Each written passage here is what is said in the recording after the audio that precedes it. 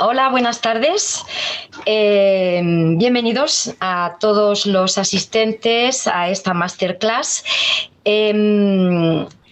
Desde hace unos años existe un empeño de diversos agentes del sector audiovisual españoles en convertir a nuestro país en un referente para la producción a nivel internacional. Ya se han generado importantes hitos en esa dirección con la acogida de producciones extranjeras de series y películas en nuestras localizaciones, un hecho que ha permitido demostrar la capacidad de nuestro país como espacio privilegiado para rodar. La producción de películas y series españolas que han destacado en el mercado internacional es otro hito que está marcando el camino que está siguiendo el sector audiovisual español. Por otra parte, el establecimiento en nuestro país de multinacionales con centros de producción audiovisual propios, el despliegue de plataformas de vídeo nacionales e internacionales y también el desarrollo de infraestructuras técnicas vienen despertando mucha expectación y mucho optimismo en el sector. Un movimiento favorable para la industria audiovisual ha sido también el aumento de los incentivos fiscales para la producción tanto nacional como extranjera. Esto añade un atractivo aún mayor a nuestro territorio y le permite competir con otros países del entorno europeo también interesados en captar producciones audiovisuales y rodajes. Esta misma mañana, hoy es un día especial porque esta misma mañana se ha presentado en el Cine Doré el plan de impulso del Hub Audiovisual de Europa. Se trata de un plan de dinamización de la inversión y desarrollo del sector audiovisual que pretende convertir a España en un referente de la industria audiovisual en Europa. Plantea 14 medidas organizadas en torno a 4 ejes como la digitalización del sector, la mejora de instrumentos financieros y fiscales, el fomento y la promoción del talento y, por último, pues, reformas de la regulación. Es un plan que respalda al sector, de modo que es muy bienvenido y esperamos que se puedan cumplir todos sus objetivos. En lo que refiere a la industria de los efectos visuales que está presente en ese plan, España tiene una imagen interna y una proyección internacional extraordinarias. Es un sector que no solo está destacando en innovación de software para la creación de efectos, sino también y especialmente en la producción de trabajos de VFX con la intervención de empresas españolas en grandes superproducciones extranjeras y en importantes producciones nacionales de proyección internacional. La UCAM, que está inmersa en un plan propio de digitalización y desde la Facultad de Comunicación, tiene un gran interés en participar en el sector de los VFX, en conocerlo más de cerca, y ese es el motivo de la masterclass de hoy, en la que contamos con una muestra de esa industria fuerte en nuestro país con proyección nacional e internacional. Los ponentes que participan en esta masterclass pertenecen a 2 de esas empresas de esa industria de VFX. Una es No Studios, con sede en Madrid, y la otra es Do Post Production, con sede en Murcia. Es un lujo contar con expertos como David Hinojosa, de No Studios, o Javier Urosas, Daniel Javier Urosas o Alejandro Rius. A los 3 agradecemos mucho que estéis aquí para compartir vuestras experiencias. Sabemos que estáis haciendo un esfuerzo por estar con nosotros porque andáis con mucho trabajo. Alejandro Rius, que es el CEO de Do Production y presidente de la asociación Cinemur, es quien va a conducir este encuentro. Adelante, Alejandro. Bueno, oye, nada, buenas tardes a todos y todo lo contrario, para nosotros es un placer, aunque tengamos las agendas apretadas, siempre hay que hacer hueco para contar un poquito lo que hacemos y animar a la gente también a que lo haga y que entienda también un poquito nuestro trabajo, la importancia que tiene dentro del sector. Y nada, por eso muchas gracias a Locam por invitarnos y a los que estáis aquí para escucharnos.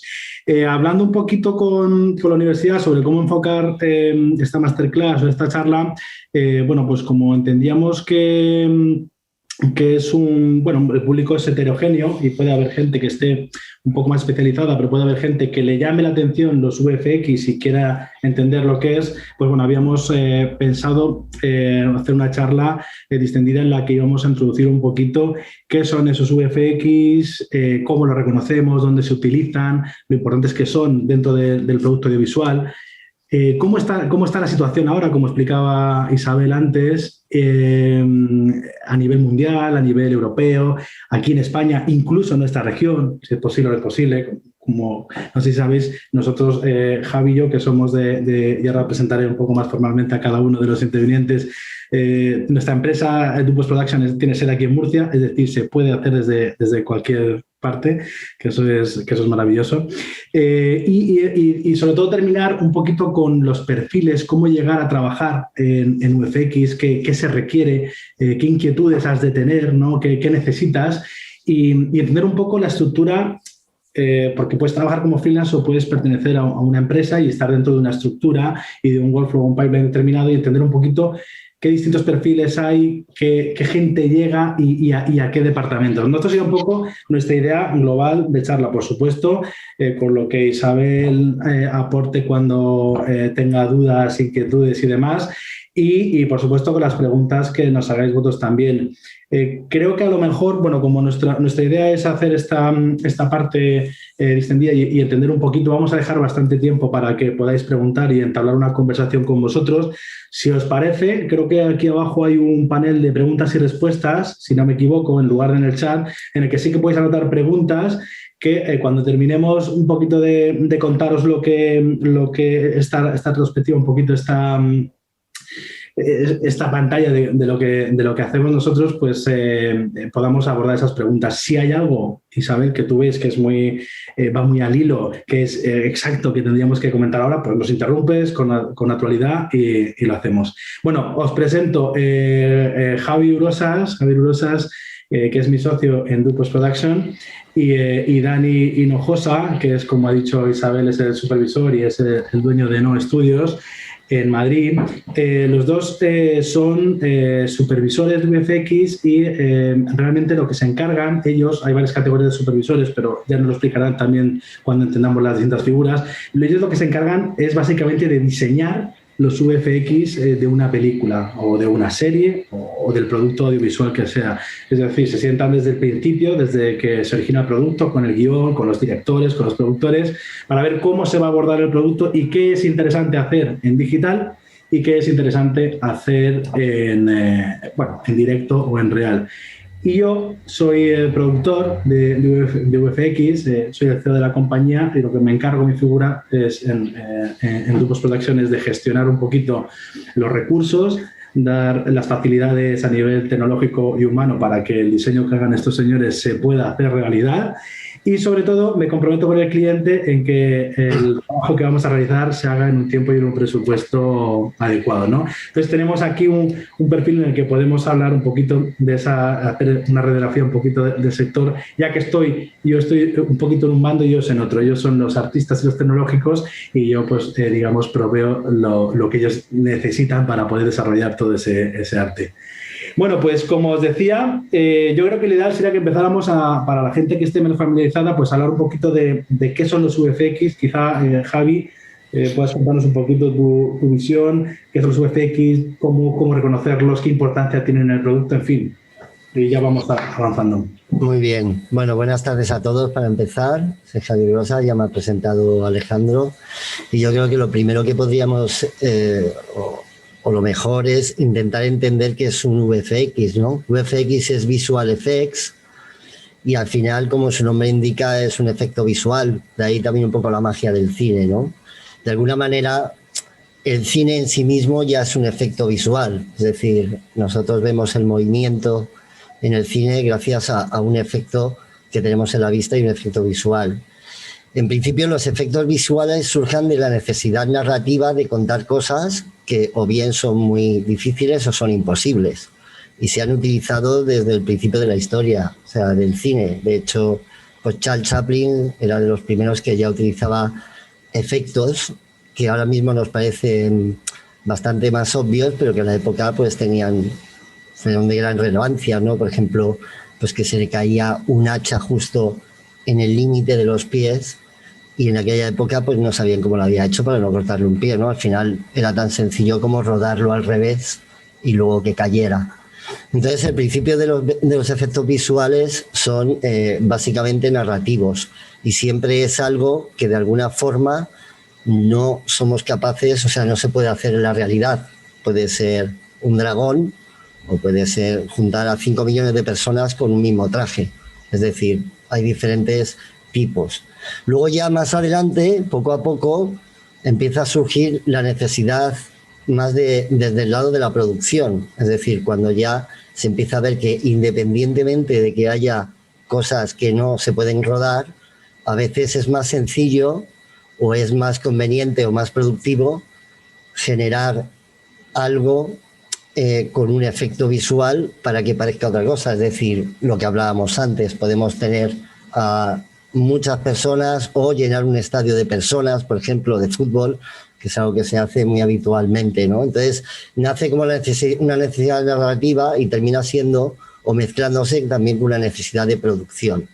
Entonces, actualmente los efectos están en un punto en el cual sí hay una necesidad, sí hay una productividad de la cantidad de tiempo que se utiliza en el rodaje.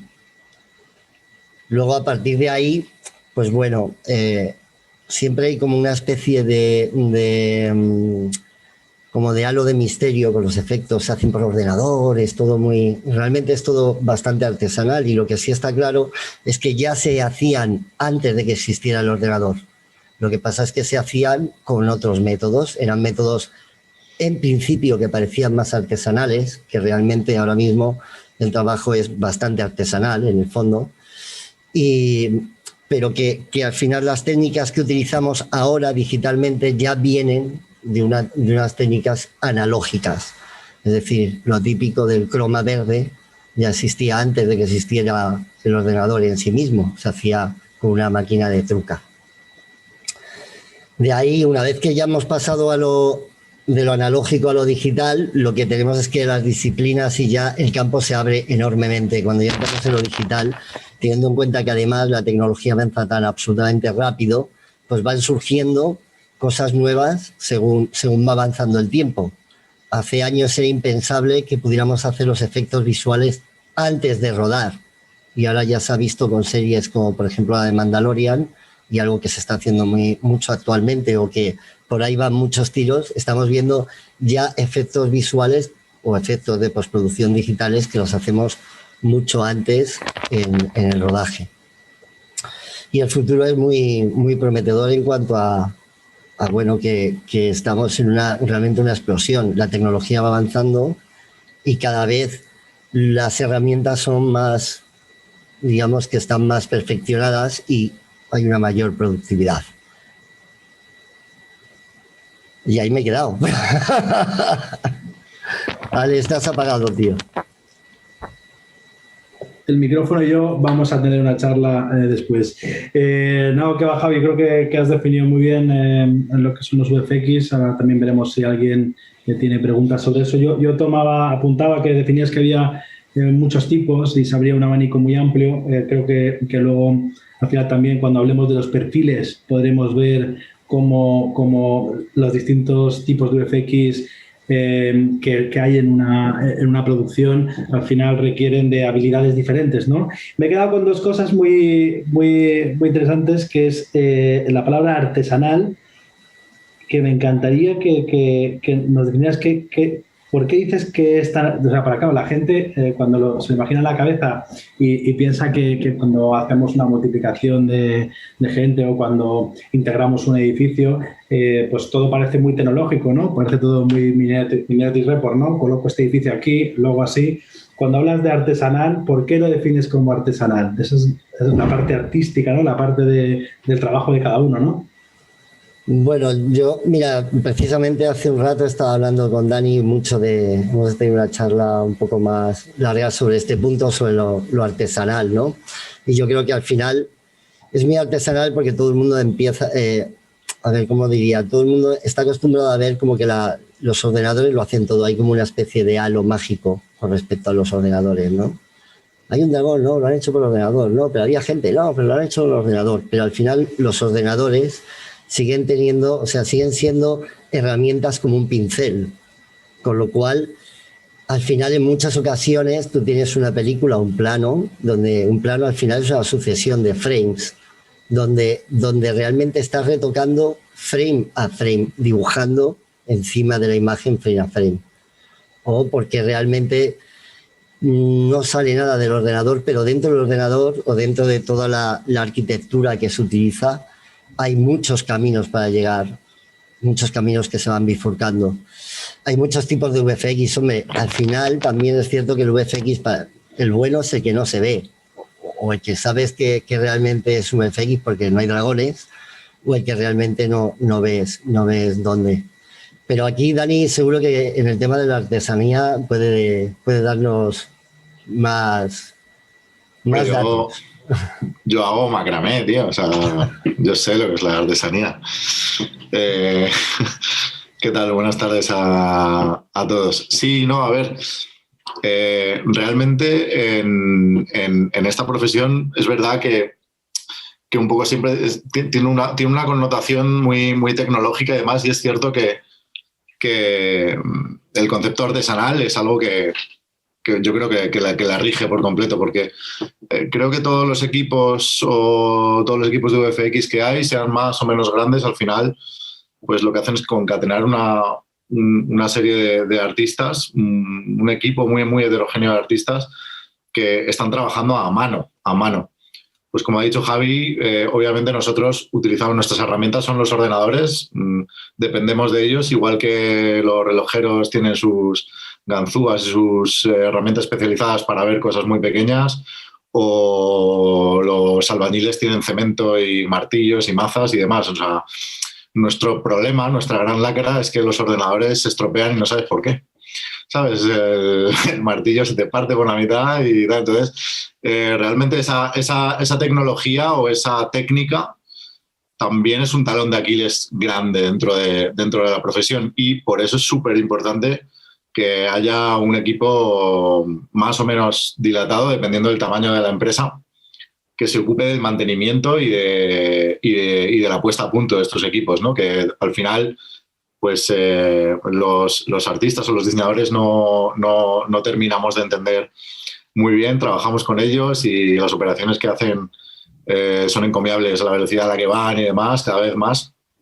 Pero hay una realidad que yo, por ejemplo, recuerdo la primera vez que vi una película que me impresionó y que me empezó a despertar el gusanito por los efectos digitales, el gusanillo, que era Terminator 2. Yo tenía 11 años y recuerdo que volvíamos de un viaje, mi padre había comprado el DVD no, la película de VHS, y yo no paraba de preguntarme cómo habían hecho todo esto, no entendía cómo podía haber un hombre de metal líquido caminando libremente por la esta y que yo me lo creyera tanto, ¿no? Entonces no paraba de ver el documental y los making-ofs, fue una cosa recurrente, ¿no? Siempre estaba viendo, invertía más tiempo, creo, viendo documentales de cómo se hacían las cosas, sin entender muy bien qué, ¿no? Yo veía ordenadores, me encantaba cuando salía una pantalla, un monitor, y veía mallas y veía...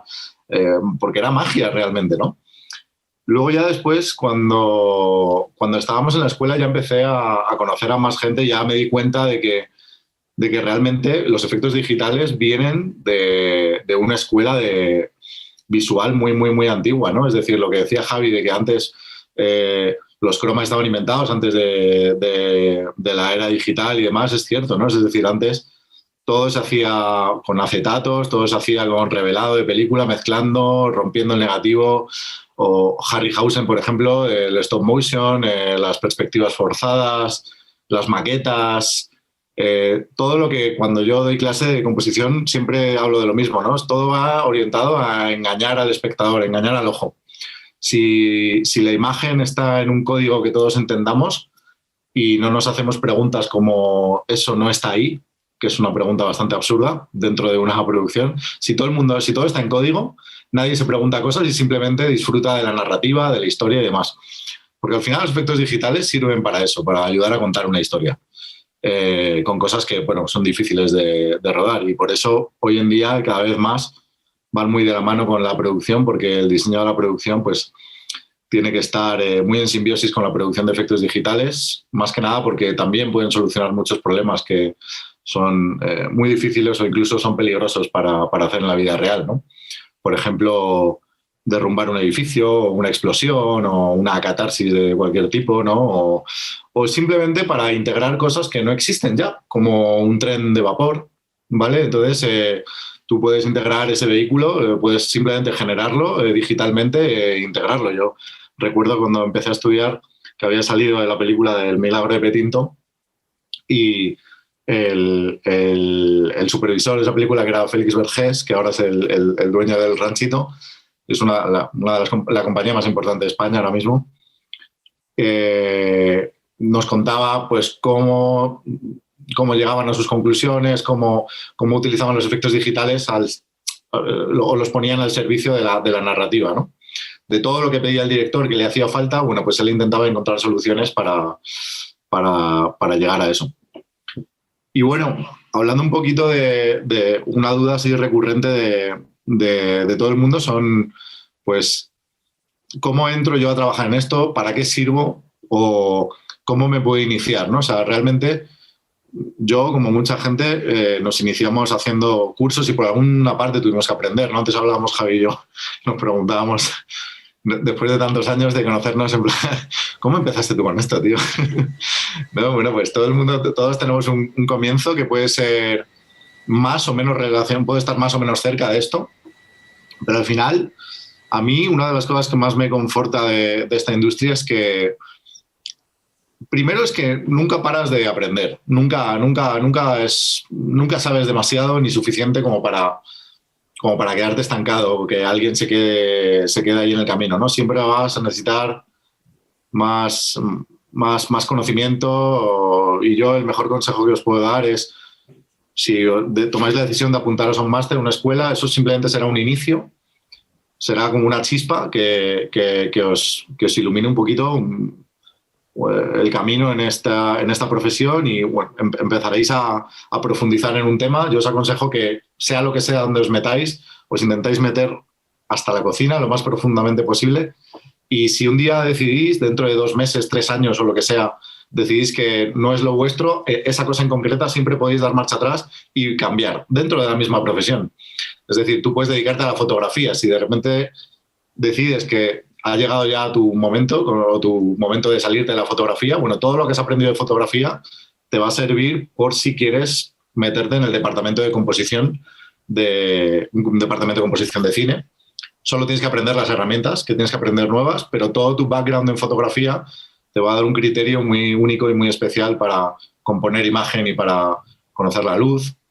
Si eres un artista plástico, eres escultor o un artesano de cualquier tipo, pues podrás ser un modelador digital también, podrás ser un artista de mate, que son los que pintan a mano fondos, escenarios y demás. O sea que hay mucho mestizaje y no hay que tener ningún miedo de venir de otra parte, ¿vale? Porque realmente hoy en día es una época también muy bonita, no solo por el momento que vive la industria, sino también porque la técnica nos permite mezclar todas las disciplinas. Hace poco hablábamos, Javi y yo, para una temporada anterior de La Casa de Papel, pues decidimos usar unos láseres, unos que llevan usando los topógrafos, ¿no, Javi? Sí, los LIDAR. Los topógrafos muchos años, ¿sabes? La gente que se dedica a topografía, llevan utilizando esos láseres desde hace muchísimos años. Y hace relativamente poco alguien que desarrolla un software que usamos nosotros para analizar movimientos de cámaras reales, que llamamos tracking, pues decidió que era muy buena idea contar con un modelo o con medidas totalmente reales como las que puede proveer un láser, ¿no? Un láser que escanea todo el entorno y ya está. Bueno, pues decidimos meternos y con eso, y realmente el mundo de la topografía y el mundo de los efectos digitales se mezclaban y ahí estábamos sentados en una reunión en una empresa de ingeniería, ¿verdad? O sea, pidiéndoles un... Es decir, Dani, que hay topógrafos en los créditos de La Casa de Papel, voy a apuntar. Hay topógrafos en los créditos de La Casa de Papel. Hay una cosa, Dani, que al hilo de lo que comentas, que me parece muy interesante, es verdad, cuando hemos empezado a hablar de artesanía, puede que que a muchos les haya abrumado pensando, a lo mejor no sé pintar, no sé. No hablamos cuando hablamos de artistas de VFX, como dice Dani, y ahora me gustaría que entráramos un poco a hacer una consideración un poco de una estructura básica. Sé que es muy compleja, que tiene muchas ramas, pero una estructura básica de lo que podría ser un equipo con los departamentos principales, para que la gente entienda un poquito a dónde puede dirigirse eso, y entender también que puede haber una parte con un componente, como has comentado antes en los mates, muy artístico o en el diseño, pero puede haber algo que no sea tan artístico, requiera más metodología, más una mente de ingeniero, más cálculo. Entonces, en fin, que no vayamos a pensar ahora que los VFX es puro pincel, ¿no? Porque esto nos puede echar un poco para atrás. Bueno, yo estaría absolutamente fuera, aunque en mi caso no es artístico, que es de producción, porque no sé dibujar. Pero... Bueno, yo he visto dibujos tuyos y son muy buenos, ¿eh? No eran dibujos, Dani. Eran de tu hija. Cuéntanos, o tú o Javi, un poquito, hacernos una radiografía un poco de lo que sería un equipo básico y pongamos algún ejemplo de qué es eso. Es decir, si hablamos de compo, ¿qué es? Si hablamos de CG, ¿qué es? Hagamos una pequeña radiografía así rápida de lo que es un equipo para que entendamos qué cosas se hacen en VFX, ¿no? Bueno, pues, ¿quieres contar de esto un poquito, Javi, o empiezo yo? Como... Pues empieza tú si quieres. Yo me dedico al 3D. Bueno, pues en un equipo de... A ver, lo primero es volver a hacer hincapié un poco a lo que... Porque de aquí vienen los equipos, ¿no? ¿Qué es lo que intentamos hacer con los efectos digitales y para qué sirven? ¿De dónde vienen? Entonces, partiendo de la base de que los efectos digitales se utilizan para apoyar la narrativa y para generar o integrar dentro de esa película todo aquello que no se puede hacer en la realidad o que no existe ya, pues claro, en ese orden de ideas necesitamos, lo primero, gente que junte ambas cosas, ¿no? Es decir, necesitamos gente que cree ese contenido y que lo haga vivir dentro de los planos que están rodados, ¿no? A eso le llamamos integrar, y para eso está el departamento base, que es el departamento de composición. El departamento de composición básicamente lo que hace es engañar al ojo del espectador. Es decir, coge las imágenes y las empieza a mezclar para que esos elementos vivan ahí y parezca que están ahí realmente. Entonces, así si queremos ese tren de época y no lo tenemos, bueno, pues tendremos que dentro del estudio un departamento que se encargue de documentarse sobre cómo son esos trenes, qué medidas tienen, a qué velocidad iban, qué aspecto tenían, un montón de detalles técnicos del artefacto. Luego después habría otro departamento, que es un departamento más artístico, que se encargaría de hacer una escultura digital de este tren. Previamente habría un departamento, aún así que es también artístico, pero que es previo a meternos en lo digital, que sería un departamento artístico de concept, lo que llamamos nosotros concept art, que son básicamente diseñadores que primero lo esbozan, lo dibujan todo con mucho detalle en papel, ¿vale? Y crean unas cartas o unas cuartillas, unos dibujos donde está ese tren en el plano, lo pintan, lo colorean, lo dejan muy bien, son unos artistazos, la verdad, y es un lujo trabajar con ellos porque tienen como el poder de hacerte ver las cosas antes de crearlas.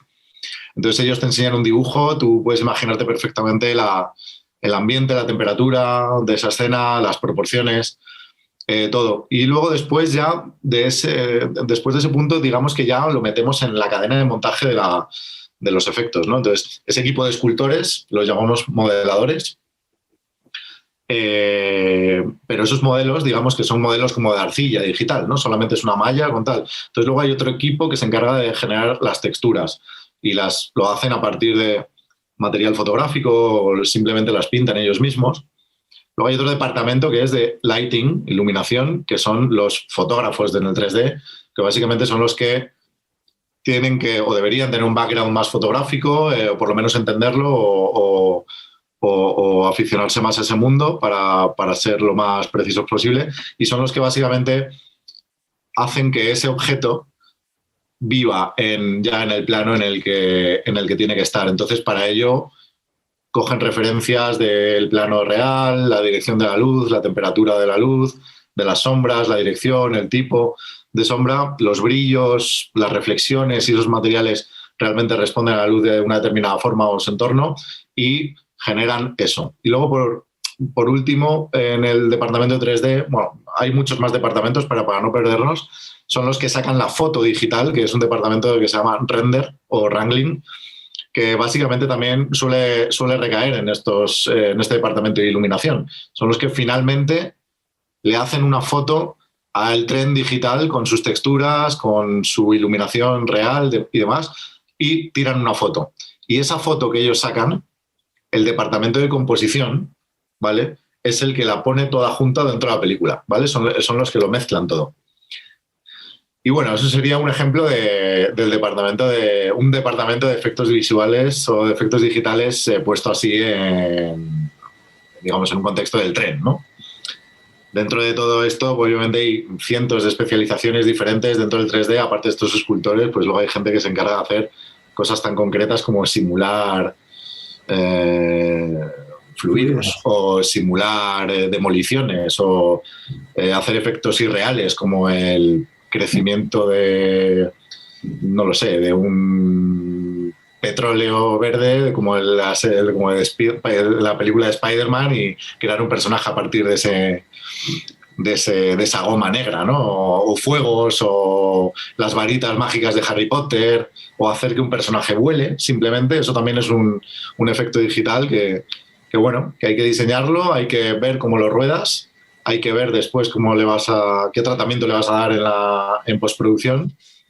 Y a eso es a lo que se refería Alejandro con diseñar los efectos digitales desde el principio, ¿no? Entonces, bueno, los supervisores nos encargamos de controlar todo ese proceso desde que empieza hasta que termina, pasando por el equipo y coordinándolo desde el comienzo. Es un trabajo muy bonito, es un trabajo muy duro, ¿vale? Es mucho más duro de lo que la gente se cree, precisamente yo creo que por lo artesanal y poco automático que es. Pues bueno, es duro, hay que prepararse para el trabajo. Tienes demasiado buena cara para decir que el trabajo es duro. Javi, ¿qué ibas a comentar? Sí, iba a comentar que, digamos, esos son también dentro de una estructura de aquí hay un tema, y es que dependiendo de cómo sea el proyecto de grande a abordar, es decir, no es lo mismo hacer un spot, un anuncio de 10 segundos en el cual va a haber un plano en el cual vamos a cambiar un fondo, que hacer Jurassic Park o Los Vengadores, me refiero. Que en cuanto a que el proyecto va haciéndose más grande, la especialización se va volviendo más obsesiva.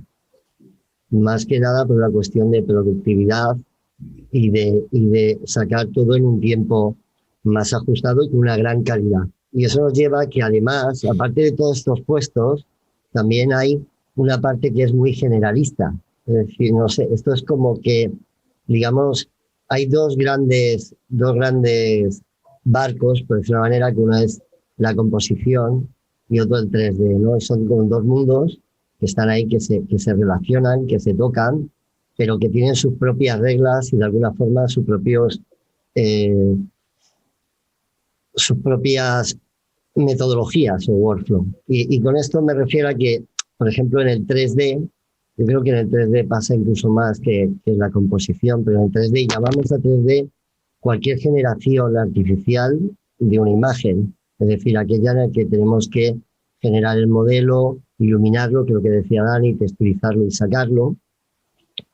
Hay una serie de profesionales que realmente lo que tienen es una base en la cual son capaces de sacar prácticamente casi todo, pero no a un nivel de detalle máximo, ¿no? Es decir, cualquier generalista puede hacer pelo, pero a lo mejor no hace el pelo que tiene Dayana, ¿no? De Pixar, porque eso es un equipo solo dedicado a eso, ¿no?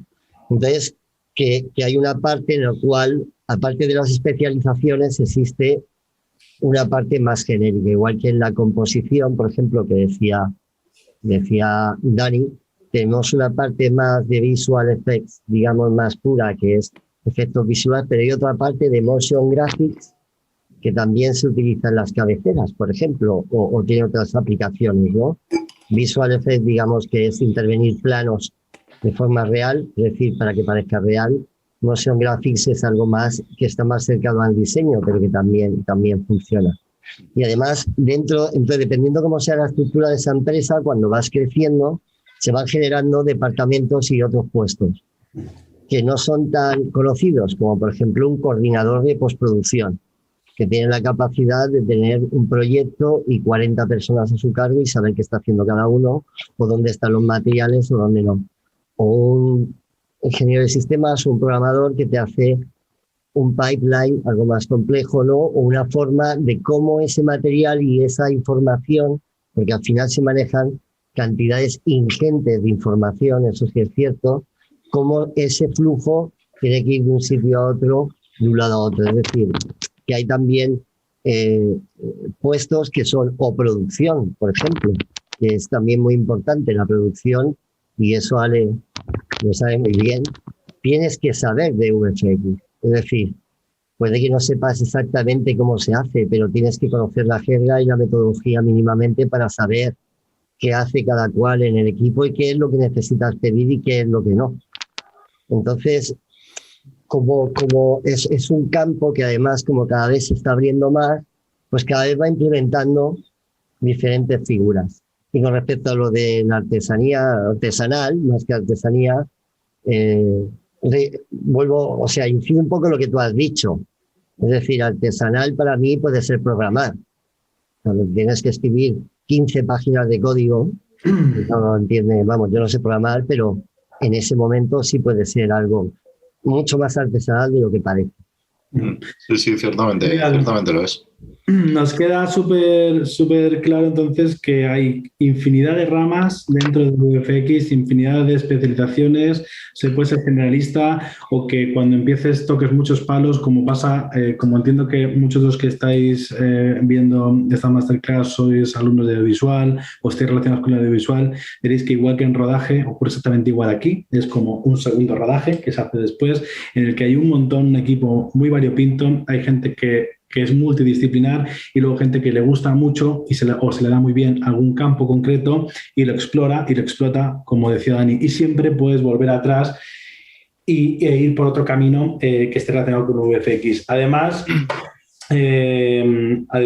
es interesante que entendáis, quizá estaría bien también que explicáramos, o bueno, podría hacer yo plasmar un poco en una pizarra un poco cómo es el workflow, o sea, en qué momento aparecen los VFX dentro como de la producción audiovisual, ¿no? Es decir, ya que entiendo que la mayoría de la gente que está aquí sí que conoce el proceso general de la cadena, ¿no? Se hace una preproducción de una película, luego se hace el rodaje y luego se entra a postproducción. Estaría bien quizá que contara un poquito en qué momento, o sea, cómo es el flujo de trabajo con un estudio de VFX, ¿no? Para que se entienda bien el momento en el que intervenimos.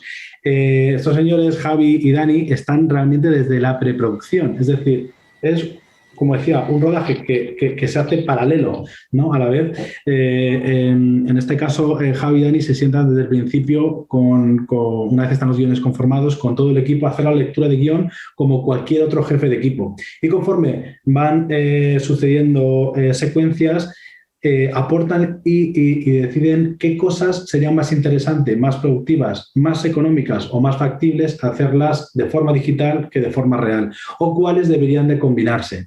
Y se van pactando todas estas estrategias. Una vez se pone en marcha, además, ellos u otros supervisores de rodaje que ellos tienen que mandar allí, lo que hacen es supervisar que esa secuencia que se ha pactado hacer de una manera digital se esté rodando de la manera correcta para que cuando llegue al estudio se pueda llevar a cabo de una forma de la mejor forma, ¿no? De la mejor manera posible y dentro, pues, de los tiempos y los costes que se habían previsto, ¿no? Eso es algo fundamental. O sea, para que entendáis, están en la preproducción, están en la producción, porque hay que ir a rodaje y luego ya, cuando ya se ha rodado, esperan desde edición, los estudios esperan que ya, una vez está hecho la película, se mande una EDL, ¿vale? En la que se especifique, esto lo que pasaría ahora mismo es que desde edición se pediría al color que sacara en alta calidad, porque siempre, esto lo puntualizarán ellos mejor que yo, siempre trabajamos con el plano a máxima calidad, porque todo lo que incidimos en el plano va rompiendo la imagen, y de ahí por lo que siempre se trata de grabar con más calidad. Le dice la gente, hombre, pero ¿qué más te grabar en 10K si ya el ojo no lo ve? Bueno, cuanto más información, ellos me podrán corregir, más capacidad de intervención sobre el material grabado, ¿no? Entonces, ¿qué se hace? Una vez está esta EDL, se le pide al color, que es el último paso de la cadena, que saque esos planos en la máxima calidad y nos los envíe para hacer todo este trabajo que, por ejemplo, Dani ha escenificado en la escena esta del tren a vapor, ¿no? Para hacer todo ese trabajo, y una vez lo tengamos terminado se lo podamos devolver para que lo inserten en la película, en el montaje, y de ahí es cuando decimos, oye, hemos intervenido en 100 planos. Es que 100 planos en ese capítulo nos han llegado a nosotros, hemos hecho ese trabajo en el estudio con esta estructura y los hemos devuelto para que los vuelvan a colocar. Y una vez esté todo colocadito, ya el equipo de color, que es el último paso, retoca la película para hacerla. No sé si me dejo algún paso, sí que me gustaba que entendieran la parte de la cadena y cómo estamos interviniendo en cada proceso. Sí, no, es así tal cual. O sea, realmente, como veis, es una cadena más o menos compleja dependiendo del tamaño de la producción y tal, pero es importante una cosa que ha dicho Javi, es que realmente, ya a nivel interno dentro del estudio, por todo esto, que al final el estudio de postproducción se convierte como en el hub o el nexo de toda la producción en un momento dado, porque de ahí es donde sale realmente la película finalizada. Entonces, recibimos material de rodaje, recibimos material de todo el mundo durante una temporada larga, porque al final la película se rueda en un mes o en 2 o en 3 o en los que sean, pero luego la postproducción es donde lo ponemos todo junto, ¿no? Desde la edición, desde que se edita, que es el primer momento de la postproducción, hasta que se etalona o se corrige el color y ya se saca el máster sonorizado y demás y se lleva a las salas. Entonces, bueno, pues es verdad que nunca nos acordamos de decirlo, pero en los equipos de postproducción tiene que haber en igual medida o más, si me apuras, gente que se encargue de gestionar estos equipos que son más o menos grandes. Entonces, los productores, los coordinadores, los productores ejecutivos, los supervisores de secuencia, los supervisores de departamento, pero sobre todo la gente que se encarga de orquestar todo esto, ¿vale? Es decir, de que nada casque, porque lo que ha dicho Javi antes, al final nosotros trabajamos con datos, trabajamos con archivos de imagen que, por cierto, otro de nuestro talón de Aquiles, que son sumamente pesados y sumamente costosos en tiempo de generar. El almacenamiento tiene que ser gigantesco, eso es caro, es difícil de gestionar también, los ordenadores sufren muchísimo y las infraestructuras pues deben ser sólidas, ¿no? Sólidas. Pero también el orden. Quiere decir que es muy fácil que a medida que va creciendo una producción se genere desorden, como siempre, ¿no? Es como si vas metiendo cosas en un almacén, pues al principio es fácil gestionarlo, pero cuando tienes 200.000, pues tienes que tener unos criterios de almacenamiento para poder guardarlos, pero también poder encontrarlos rápidamente. Entonces, todos los departamentos tienen que tener encima de ellos a los artistas, que son los que están haciendo las cosas. En igual medida o mayor tiene que haber unos departamentos que básicamente son gestores, son productores que estén encima de ellos, pasando revista, encargándose de que las entregas ocurran, ¿no? No importa el talento que tenga un artista y lo mucho que pueda generar, si no está bien gestionado, no va a terminar entregando absolutamente nada, porque eso es así. Hay que trabajar en equipo.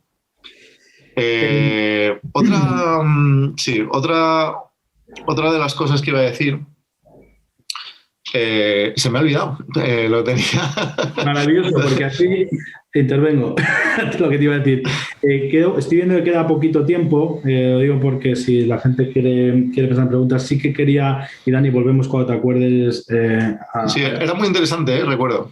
Pues ahora cuando te acuerdes lo comentamos. Sí que es importante, pues dentro de todo esto evidentemente usamos una cantidad de software diferente, de herramientas y para cada cosa especializada y todo eso lo iréis aprendiendo a medida que lo necesitéis y cuando vayáis a usarlo. Y además en la cadena de esta producción siempre hay categorías senior, mid, junior, que unos ayudan a otros según la experiencia y se va encargando siempre un trabajo que la persona que está en ese momento puede realizar y para que crezca, ¿no? Eso es divertido. Lo que sí que es importante, que quería, antes de que empezamos con las preguntas o con lo que vayamos a comentar ahora, hacer entender que es el mejor momento para dedicarse a esto, creo. Dani decía que era una profesión dura, requiere muchas horas, es verdad, hay que trabajar mucho para crecer, hay muchísimo trabajo por delante, tienes que aprender, esto es como horas de vuelo, es como un piloto, necesitas pilotar muchas horas para pilotar bien, no hay otra manera. Puedes ser muy inteligente, te puede dar bien, pero tienes que hacer mucha cantidad de horas. Pero es verdad que estamos en el mejor momento que históricamente hemos estado, precisamente solamente por el aterrizaje, y es normal, de las grandes plataformas de VOD como Netflix, HBO, Amazon y demás. Esto es algo que está ocurriendo a nivel mundial, que está ocurriendo en Europa, que está ocurriendo de forma especial, como decía Isabel, en España, y que podemos trasladar a cada región de nuestro país en la que está ocurriendo. Ocurre que en realidad tenemos acceso a una cantidad enorme de contenido. Ese contenido es normalmente de mucha calidad. Cuando tenemos tanta oferta de contenido, vemos las cosas que mejor hechas están, las historias que más nos gustan y las que mejor están contadas y las que mejor están resueltas. Y eso es muy importante, porque antes en nuestra industria aquí en España, Javi, que tiene mucha más experiencia que yo en esto, ha trabajado desde hace 20 o 30 años en este mundo en postproducción, lo podrá decir, antes se hacían muchas cosas con una persona hasta donde llegara. Pues vamos a dejar esto lo mejor posible para que quede bien, pero no se trabajaba con grandes equipos. Ahora es algo que es impensable. Cualquier serie, cualquier producto de calidad, cualquier serie, cualquier película, cualquier plataforma, tiene detrás un equipo, y esto hace que se genere una enorme demanda de trabajadores en este sector. Porque nosotros mismos o nuestros padres, cuando ven ahora un efecto que de hace 20 años no se lo creen. Quieren ver algo como ven en las demás películas, más productos que vienen de Norteamérica, de Inglaterra o de países en los que tradicionalmente sí se hace este trabajo. Así que sí que os digo que estamos en el mejor escenario para empezar a dedicarnos a esto. ¿A nosotros nos va muy bien? Muy bien. Me acabo de acordar. Fenomenal. Venga, te dejo, Dani. Es una cosa súper pequeña. A todos los que decidáis dedicaros a esto, dedicaros a la imagen, hay una cosa que yo os aconsejo encarecidamente, y es que intentéis ir a la etimología de las cosas, ¿vale? Intentar ir a la base. O sea, es decir, intentad aprender con mucho ahínco y mucha dedicación las bases de todo, sobre todo porque en este mundo digital hay un montón de conceptos que se obvian, y luego cuesta mucho entender por qué suceden las cosas, y sobre todo cuesta mucho solucionar problemas si no sabes por qué suceden las cosas. Entonces es súper importante que perdamos una pequeña fracción de nuestro tiempo iniciándonos. Esto tampoco lo vamos a dejar de aprender nunca, pero es importantísimo conocer la teoría del color, cómo se gestiona el color dentro de un ordenador, cómo se gestionaba antes, cómo funciona una cámara de fotos, de dónde vienen los formatos, cómo se hacían antes las cosas, a las conclusiones a las que se han llegado para utilizar lo que utilizamos hoy, tanto en formatos como en máquinas, como en aparatos, como en tal, ¿no? Es súper importante conocer la historia de nuestra profesión, y súper interesante también es cuando tienes que dar pasos atrás, que es una de las cosas que más me gusta, es cuando tienes que volver al inicio y resolver una cosa de esa forma tan rudimentaria y tan bonita, por otro lado, tan bonita, porque la verdad, o sea, es muy, muy bonito cuando realmente solucionas algo de la forma más artesanal posible, ¿no? Que es la palabra de hoy. A ver. Y nada más, mucho ánimo y ojalá nos veamos juntos dentro de una sala. Sí, espera que no te vas todavía. A ver, habéis trabajado los tres en productos audiovisuales del nivel de Campeones, de La Casa de Papel. Yo estoy convencida que quienes están al otro lado de la pantalla les gustaría saber cómo habéis intervenido, en qué escenas más representativas. Yo a Alejandro le digo la Plaza Callao, que cuente de La Casa de Papel esa escena, y no sé, Dani, de Campeones, es que no se me ocurre ¿Qué habéis hecho vosotros? Eso es que está muy bien hecho. Eso es que está bien hecho, exactamente, cuando no se nota. Cuando no se nota, vale.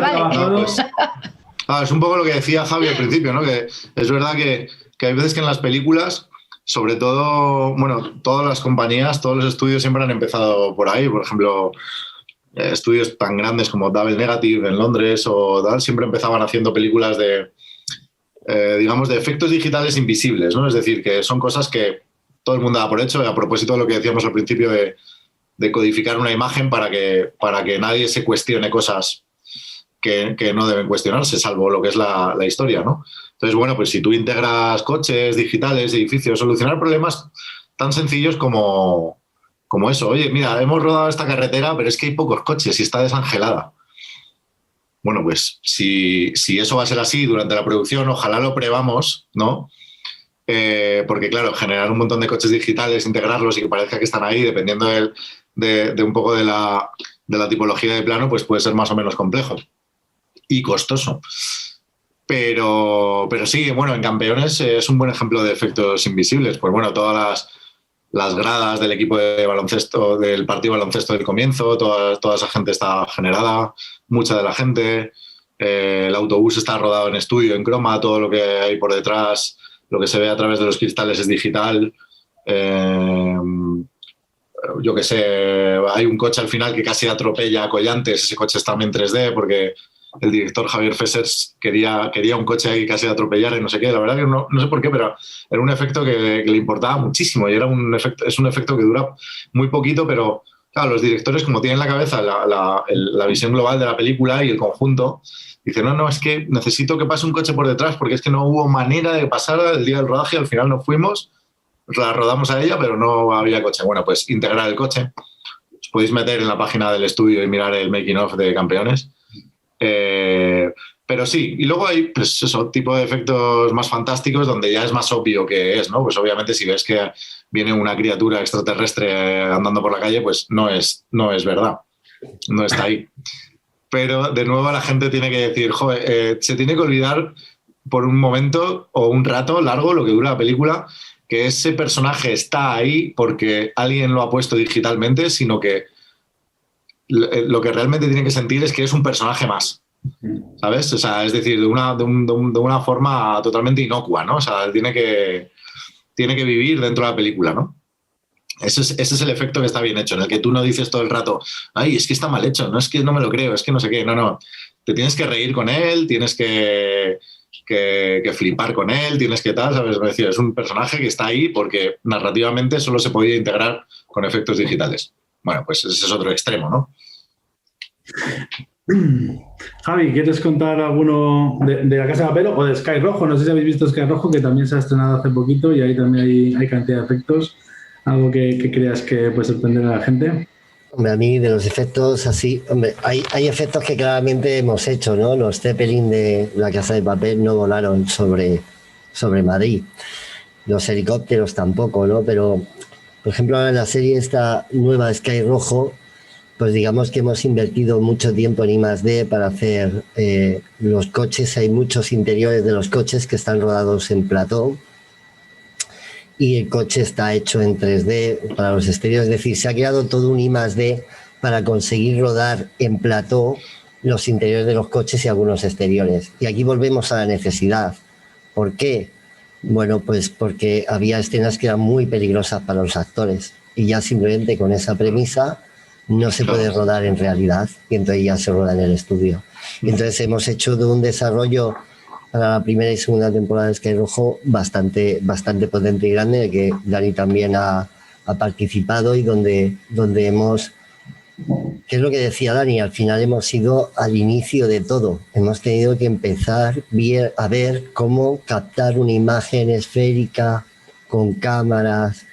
Y entonces al final nos hemos visto, pues Dani y yo, con la sierra cortando planchas de metal para hacer unos muelles industriales para conseguir que la cámara no vibrara. O sea, que al final todo una parte de desarrollo y que finalmente tiene mucho peso dentro de la serie porque hay bastantes planos hechos así y todo el diseño de producción, no todo, pero hay una parte que está pensada para que se haga así, depende de que en parte, de estudiarse panfletos de muelles industriales para quitar vibraciones con Dani. Y hay una cosa muy, muy importante aquí también, que Dani y Javi no están solos. Todo el equipo que está trabajando con ellos, los leads, los supervisores de compo, los supervisores de 3D, hacen reuniones constantes con ellos para ver cómo se va a abordar, ¿no? Ellos en las reuniones tienen una idea de cómo hacerlo, pero luego, evidentemente, al final, muchas de las soluciones, la mayoría, van a acabar surgiendo también de las conversaciones que tienen con los supervisores de 3D, los supervisores de compo, con los propios artistas, incluso planos que se pensaban plantear de una manera, al final, el propio artista, y por eso es un artista, el propio artista lo resuelve de otra manera, y a lo mejor ese patrón se coge para el resto de secuencia. En fin, aquí lo maravilloso de esto es que desde el primero hasta el último, en la categoría que esté y en el departamento que esté, es capaz de aportar algo tan importante como cómo vamos a abordar esto, ¿no? O aportar sencillez, es fantástico cuando cuando el equipo aporta, ¿no? Y da nuevas ideas y cuando encuentran mejores formas de solucionar cosas, porque tú estás pensando en absolutamente todo. Y bueno, pues esta es una tras otra, sale una serie, te encargas de ella. Pues el año pasado fue Veneno, que también hicimos los de Estudios Cosas, 30 monedas, del XLS también, hicimos algunas secuencias. Metidos ahí. Muy bien. Metidos ahí en harina. Muy bien. Hay dos cuestiones que creo que están muy asociadas al VFX, y es la innovación e investigación, porque estáis hablando todo el rato de resolver situaciones, de investigar, y me parece que, vamos, es la idea que se me queda, que hay mucha innovación continua dentro del trabajo. Vaya a verla, porque todo el mundo va cambiando, las necesidades cambian, y al final nos tenemos que adaptar a base de tecnología y de diseñar cómo trabajar con ella, ¿no? y cómo resolver problemas. Javi. Incluso, o sea, no necesariamente esa innovación o esa creatividad o cómo abordar esos problemas, eso se hace diariamente cada vez que el operador se pone delante, ya sea el de 3D o el de 2D. En el fondo, la mayoría de las situaciones es resolver problemas, y puedes encontrar 3 operadores, 3 artistas de la misma disciplina, igual de buenos todos, y que te hagan el mismo plano, y cada uno lo va a hacer de forma diferente dentro del software, porque es muy versátil. Con lo cual, la máxima, digamos, característica que yo creo que es necesaria para poder trabajar en esto es capacidad de aprendizaje, y que realmente cuando veas el problema te den ganas de solucionarlo. Es como hacer un sudoku, de alguna forma, ¿no? O algo así. Es decir, entonces lo que tienes que tener es afán siempre de seguir, de ver por dónde ir, ¿no? Nunca es un trabajo pasivo, aunque parezca que el proceso que estás haciendo sí lo sea, pero nunca lo es. Estoy viendo, Isabel, ya ¿sí? Tengo preguntas por si queremos... Ay, vale. Es que no... Y luego, Javi, yo tengo una pregunta, porque eres tan VFX que se ha apagado la luz y te veo solo la cabeza. ¿Eso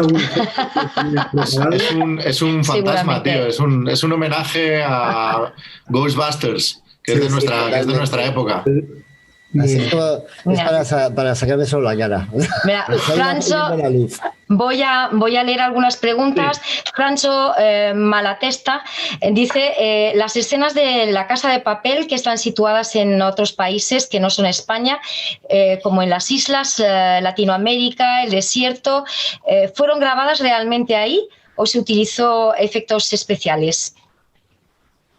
Javi, ambas cosas, ¿no? La mayoría se grabaron ahí, pero luego se... Sí, depende. Al final hay algunas, por ejemplo, el desierto no, pero cuando fueron a algunas localizaciones sí. Depende. ¿De qué depende que esté grabado o no? Va a depender de la cantidad de planos y de material que se va a hacer en esa localización. Entonces hay algunas, no sabría decirte, no tengo una lista ahora para decirte cuáles sí, cuáles no, pero por ejemplo, el desierto no. Y hay muchas que sí, la mayoría que se fueron, sí, Tailandia, muchos sitios, sí.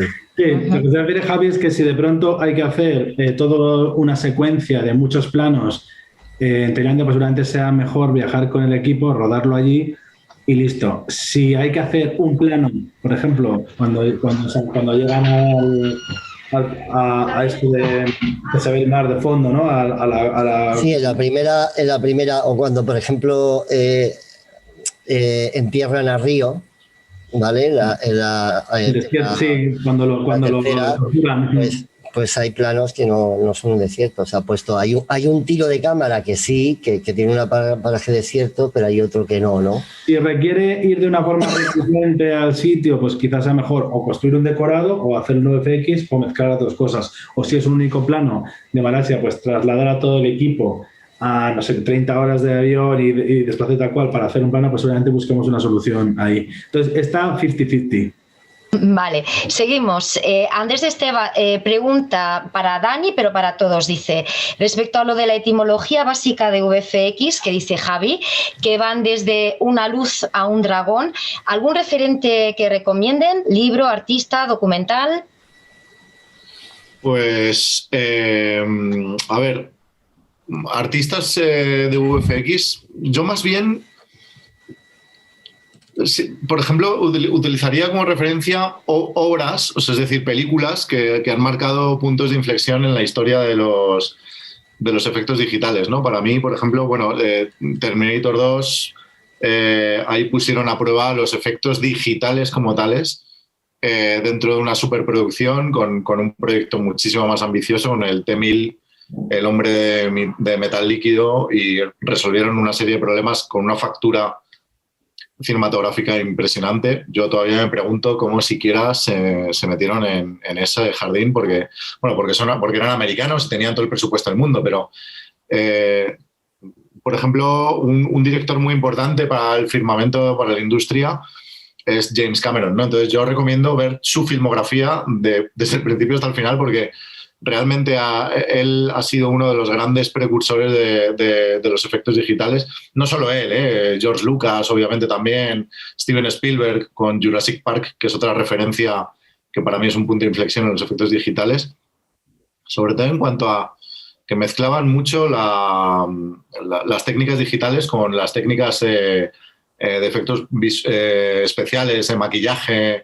Es decir, encontraban el equilibrio perfecto, la manera perfecta de resolver un problema invirtiendo la dosis justa de energía en cada cosa, entre lo digital y lo analógico o artesanal, digamos, ¿no?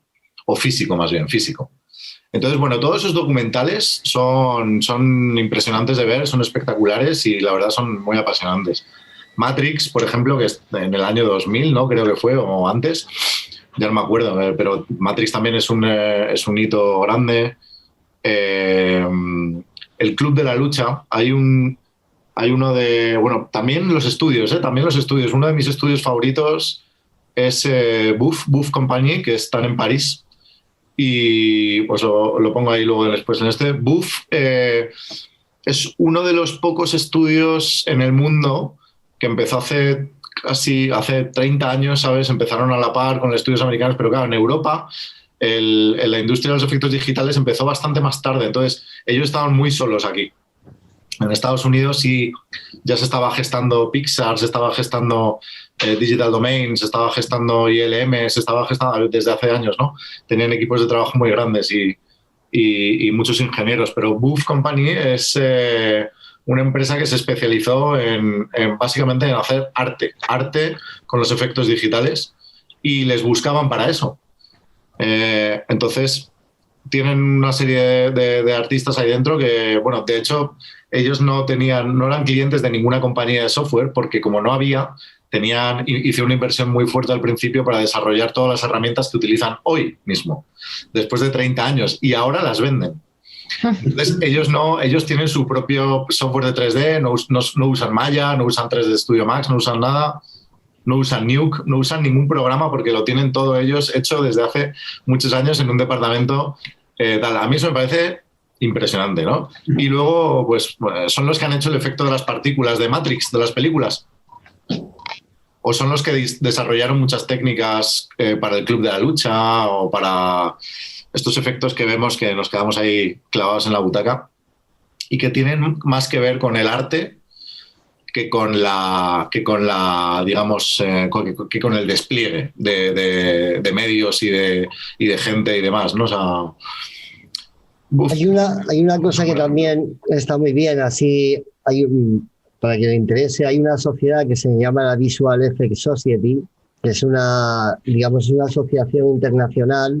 Ahora pongo ahí el link, en el cual, bueno, pues todos los componentes son profesionales cualificados y con una experiencia. Y ellos tienen un libro que editan cada 2 años, que es como una Biblia. Ahí vienen todas las técnicas, es duro de leer. O sea, no es una cosa, es una cuestión para consulta. No es un libro de cabecera. Pero está muy bien y además tiene secciones. Os pongo en el chat, si queréis, ahí el link. Perfecto. Y luego, con respecto a otras cosas, ya depende un poco también, ahí lo tenéis, con fotografía. Yo, sobre todo, controlo de fotografía. Mi base es fotográfica. Entonces, luego cualquier libro con respecto a la base, lo etimológico, y depende de ya lo que te vaya gustando. Si te va a gustar más animar, pues tendrás que ir yendo a buscar cuestiones más típicas, más centradas en animación tradicional, dibujo. Si lo que te gusta es la fotografía, de fotografía, es decir, aquí ya hay que ir mirando. Muy bien, seguimos planteando. Hay un comentario simplemente. Sky Rojo es un videoclip constante, lleva trabajazo, dice. Daniel pregunta qué características personales debe tener alguien que desee dedicarse a esa profesión. Pues, pero respuesta cortita, por favor, porque si no, no nos da tiempo a preguntar todo. Pues entonces, ¿qué conteste Javi? Entonces, como hemos dicho, cualquiera. O sea, cualquier background, vamos, puedes dedicarte a esto, vengas casi de donde vengas. Pero característica personal, seguro que estaría la curiosidad, sí. La constancia. Paciencia. Y también muy importante, tiene que saber trabajar en equipo o adaptarse. O sea, aquí no valen los individualismos, en esta profesión no valen. O sea, es parte de una cadena industrial, al final. Muy bien. Pregunta Fernando Morenilla. Desde la perspectiva de un alumno de comunicación audiovisual con intención de profundizar sus estudios en VFX, ¿qué tipo de prácticas en empresas son las más recomendables a las que podría buscar? Depende de la especialización que él está escogiendo, de lo que quiera aprender más bien, porque si te quieres integrar en un equipo de trabajo y vienes de audiovisual y tú lo que sabes es editar, por ejemplo, o te gusta eso, la comunicación y demás, bueno, pues te puedes meter. La edición realmente forma parte de todo el espectro audiovisual, ¿no? Porque todo tiene un montaje. Pero es una parte también encomiable en los efectos digitales, más que nada porque hay un proceso que se llama conformado, en el cual directamente son editores VFX, que son los que están generando las versiones con los planos que entran en la sala, con el corte original de la película, antes de llevarlos a color. O puedes también empezar a aprender a ser compositor, por ejemplo, digital. Realmente... Yo ahí recomendaría, por lo menos lo que está funcionando bien con nosotros, que cogemos bastante gente en prácticas, siempre hay una o dos personas en prácticas y muchos terminan trabajando aquí. Es básicamente, pues tienes un interés, una inquietud en la postpro, en los VFX, y te integramos, te metemos en el equipo. Es verdad que te vamos a pedir que algunas herramientas, las que más utilicemos, ya te las mires antes, porque aquí, una vez que metemos en la cadena de trabajo, no hay tiempo para enseñarte dónde están los botones. Pero si tú te miras qué cantidad de tutoriales, pues aquí trabajamos con Nuke, la compo, el 3D con Maya, pues mira los tutoriales, mira dónde están los botones, qué cosas se hacen, y cuando llegas aquí te vamos a enseñar a utilizarlo, ¿no? A trabajarlo. Al final se te integra en una cadena de equipo y harás distintas cosas en disciplinas según lo necesite el proyecto. Y ahí es como yo creo que se va a aprender, ¿no? Vale. ¿Hay algunos...? Sí, perdón. No, lo que sí, que lo que sí tiene que buscar es una empresa para hacer las prácticas que haga VFX, que no sea de postproducción. Es decir, hay muchas empresas que son de postproducción, pero no llegan a hacer VFX. Sí. Montan, colorean, hacen grafismo, ya está. Bueno, que tenga material que te interese, que haya trabajado en algún formato que te interese, una película que te interese. Isabel. Pregunta, no sé si estamos todavía a tiempo. Dale, hemos retrasado un poquito lo que teníamos. Vamos a intentar. Sí, vale, perfecto. Las preguntas. Hay curiosos que yo sabía que alguien iba a llamarle la atención y que si tenía la respuesta aquí, pues maravilloso. Por ejemplo, Jordi Cortés pregunta si el entorno de dentro del banco de La Casa de Papel es set práctico o hay reemplazo con 3D. Es práctico. Todo real. Sí. Es todo real. Vale. Respuesta clara. Carlos Alonso. Lacónica y concisa. Muy bien. ¿Cuál es la película que pensáis que fue el mayor cambio de inflexión, el punto de inflexión en los VFX? A ver. Yo creo que esa Dani ha respondido antes con un montón de ejemplos que podrían representarlo, ¿no? Todo lo que sí, yo creo, o sea, Terminator 2, Matrix, Jurassic Park. En cada época hay una película que marca un punto de inflexión. Sí, pero en los digitales... En los digitales, también los digitales. En los digitales yo diría que Terminator 2 marca un antes y un después para siempre. Luego hay otra que es muy, se comenta mucho, que es Tron. Que todo sí, eso es los inicios, como, claro. Sí. Pero fue de las primeras que realmente utilizó imágenes por ordenador, ¿no? Que se hizo de otra manera. Disney, la vio. Muy bien. ¿Y qué efectos visuales hicisteis para La Veneno? Pregunta Pedro Sevilla. Para la serie Veneno, lo que ocurre es que esta serie está encargada a otro estudio, que es en Deluxe, y bueno, tenía varias producciones en marcha y muchas veces es habitual colaborar entre estudios. Cuando tienes, por ejemplo, Dani colaboró con nosotros en La Casa de Papel, nosotros hemos colaborado con él en Historias Lamentables, que estuvo también nominada a los Goya. Enhorabuena, Dani. Y luego la cuestión de Veneno fue eso, que nos encargaron una serie de secuencias para descargar trabajo. O sea, en realidad el motor de esa VFX, digamos, lo llevaba Deluxe y nosotros nos encargamos tanto el estudio Dani como el nuestro de algunas secuencias. Muy bien. Guillermo López pregunta, parece que The Mandalorian ha comenzado a cambiar la industria de los VFX con la pantalla Stagecraft. ¿Creéis que en unos años se implementará el uso de pantallas similares para el futuro de los VFX en general? ¿Podrá haber pantallas así en España? Bueno, yo creo que al final esto es una pregunta que tiene mucha respuesta. Pero en principio ese es el camino que parece que van a tomar los VFX para un tipo. Al final, cada vez que se abre como aquel que dice un melón, ¿no? Y se hace una técnica, se aplica, pero no es 100% aplicable a todo, en ninguno de los casos. Es decir, igual que de alguna forma la fotografía no hizo que desapareciera la pintura, pues el croma verde va a seguir estando en muchos casos, aunque exista esta tecnología de Mandalorian, de StarCraft, que al final es muy prometedora, pero está todavía en un estadio muy inicial, aunque se está utilizando ya en producción. Y hay pantallas ya aquí en España. Preguntan ahí si habrá pantallas así en España. Sí hay. Nosotros estamos trabajando, de hecho, en conjunto, por eso también somos muy amigos los dos estudios, el de Dani y el nuestro, y estamos desarrollando, en este I+D que hemos comentado antes, hemos diseñado un vehículo para grabar fondos para estas pantallas, por ejemplo, y hemos estado trabajando en proyectos que los han estado utilizando ahora con Alex de la Iglesia y en otros proyectos, y evidentemente requieren seguir solventando problemas. ¿Cosas nuevas? Solventar nuevos problemas. Sí, todo lo que sea muy nuevo siempre falla por todos lados, siempre hay que estar ahí pendiente porque te dan caña. Pero sí, sí que hay pantallas. Vale. María Luna pregunta si las tomas de las islas de Panamá fueron 100% reales. Venga. Yo creo que sí, la tercera y la cuarta sí.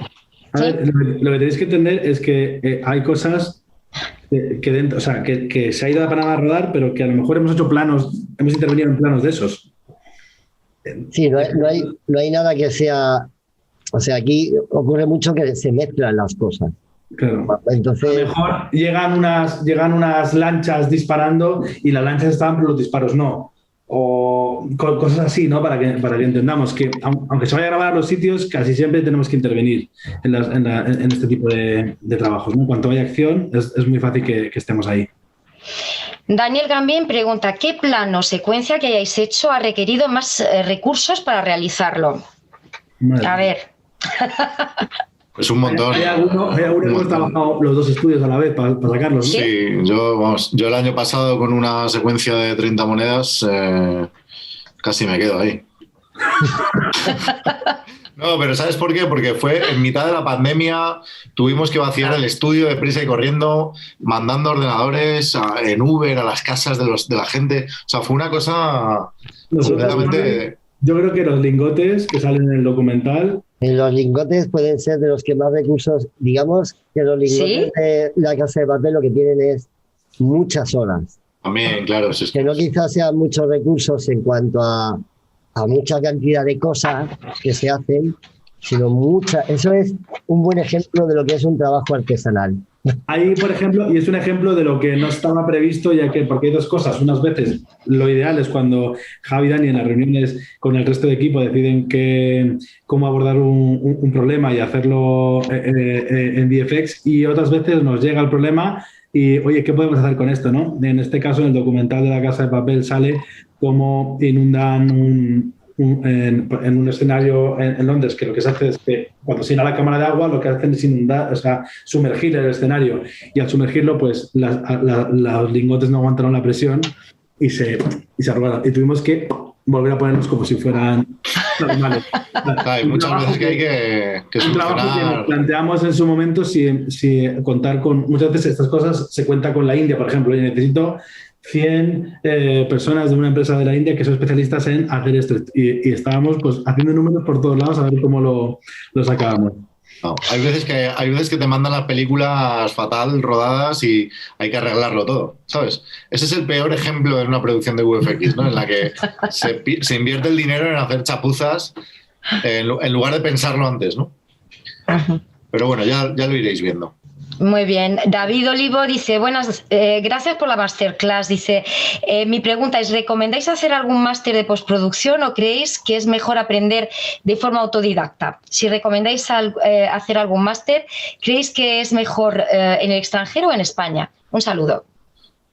Esto depende mucho de la persona, yo creo, porque yo, por ejemplo, yo recomiendo siempre, pero porque conoces a mucha gente y tal, a mí me gusta empezar con un curso, con tal, ¿sabes? Mezclarte con la gente, con un programa de alguien, ¿sabes? Porque es un buen comienzo, es un buen inicio, y aparte conoces a muchos compañeros, gente que te introduce a otra gente, y es una forma bonita de entrar en la industria. Pero también hay gente muy autodidacta que lo aprende todo solo. De hecho, en un punto de tu aprendizaje vas a aprenderlo todo tú solo. Claro, yo creo que al final se trata de las dos cosas. Yo creo que aquí, por ejemplo, yo fui muy autodidacta, pero porque cuando yo empecé no había nada donde estudiarlo, no había ni internet, entonces era un poco... No había ni internet. Era muy difícil, claro, estudiábamos con fotocopias. Los mezcladores de televisión. Pero lo que sí es cierto es que si vas a un máster o algo, realmente te van a hacer que tu tiempo sea mucho más efectivo, lo cual no quita que tú autodidacta, o sea, lo ideal es hacer un máster o algo y ser autodidacta, o sea, las dos cosas, porque en el máster o en los sitios te van a dar las claves para que tú luego sigas. Entonces, en cuanto a España, ahora el extranjero, ahora el VFX está muy extendido. En España tenemos muy buenos VFX, es que estamos trabajando en las series internacionales, o sea, quiere decir que al final, donde mejor te pille, oye, que te apetece viajar y aprovechas y hacer las dos cosas, cojonudo. Que no puedes moverte, pues lo que aprendes aquí, hay másters, hay talleres, hay todo. Antes era más complicado, pero ahora también hay un punto, y ya corto, en el cual hay mucha gente que fue fuera a trabajar y ahora ha vuelto. Entonces hay muchos profesionales, ya están muy, es lo que decía Alejandro, muy estandarizado, y ya aquí tenemos el mismo nivel que puedes ver en otros sitios del mundo sin problema. Hay mucha comunidad. Realmente ahora muy fácil aprender las cosas. Veo, Isabel, que hay algunas, hay peña que ha escrito fuera, ¿no? En el chat. Sí, acabo de ver, sí, lo estoy viendo. Hay dos, Alejandro Ros y Rocío Nogueira. Ellos han estudiado, han trabajado VFX y, bueno, pues preguntan cómo pueden meter la cabeza en esta industria. Bueno, lo que hemos comentado antes aquí, bueno, yo estoy leyendo, dice, por ejemplo, Alejandro, que le gustaría encontrar trabajo, acaba de terminar un máster, es complicado. Bueno, aquí ocurre una cosa, lo que decía antes, hay una demanda enorme. Nosotros necesitamos compositores a tope. Es verdad que lo que necesitamos realmente son compositores senior, pero claro, para llegar a senior hay que empezar en algún momento. Necesitamos, para resolver grandes problemas, necesitamos gente con experiencia, pero hay un punto en que ahora ya no hay suficiente gente para hacer todo lo que se demanda, con lo cual es muy buen momento para entrar en cualquier empresa. Y yo, mi recomendación, entrar de cualquier manera. Puede ocurrir muchas cosas, lo digo porque yo me enfrento a ello cada día. Puede ocurrir que yo tenga ahora justo un proyecto, como me ha pasado, y venga, tengo hueco, no tengo ya ni máquinas, pero oye, veniros, traeros lo que sea y vamos a empezar y os enseñamos. Pero puede ocurrir que bueno, que has tenido un máster, sepas algo y se te pueda poner un pequeño salario para que no te cueste tal, pero al final no os preocupéis, mi consejo, por el dinero. Son trabajos que cuando vas avanzando están muy bien remunerados. Entonces, no preocupéis en invertir al principio tiempo. Si vais a una empresa, sed unos pesados. Yo quiero aprender esto, me planto ahí en la puerta y hago lo que haga falta y no necesito nada más que me enseñes. Y luego ya veremos. Que al final es lo que dice Javi y Dani han tenido que hacer eso porque no había otra cosa, pero es que es lo mejor. Es pegarse contra la puerta y empujar para estar, ¿no? Sí, y entrar, es importante lo que ha dicho Ale, que es... entrad de lo que sea y mezclaros en el equipo de trabajo, miradlo desde dentro, que es interesante, o sea, y empezar a hacer lo que sea, aprenderlo todo de cero. Es que hay que aprenderlo. De hecho, hay que aprenderlo todo, hay que verlo todo. De hecho, Rocío comenta aquí que ha hecho un máster de VFX en Houdini, en una escuela pequeña, y ha pasado el tiempo y se ha dado cuenta de que no sé, que quiere ser junior y en las ofertas siempre hay cosas como saber Maya, Houdini, Java. Bueno, esto, y le da la impresión de que nunca va a poder empezar. Esto es lo que yo comentaba. A ver, nosotros cuando lanzamos una oferta es cuando de pronto yo ahora vamos a hacer una peli a final de año. Hostia, necesito gente de estos perfiles que me ayude a hacer la peli, pero no quiere decir que no necesiten mucho trabajo de apoyo a esa gente. Entonces, claro, no lanzas la oferta, necesito gente para aprender. Esto no va a ocurrir, Rocío, pero sí que donde hay ofertas de trabajo, te aseguro que va a haber necesidad de gente que aprenda y que se quede. Nosotros, hay un montón, nuestro equipo que está aquí en Murcia, imagínate, la mayoría les ha enseñado Javi y muchos han quedado. Y ahora estamos poniendo gente de fuera que también enseña a los que están aquí, en fin, es un círculo, pero eso es normal. Vale, bueno, tenemos que ir cortando. Hay otros correos que dan las gracias por esta masterclass.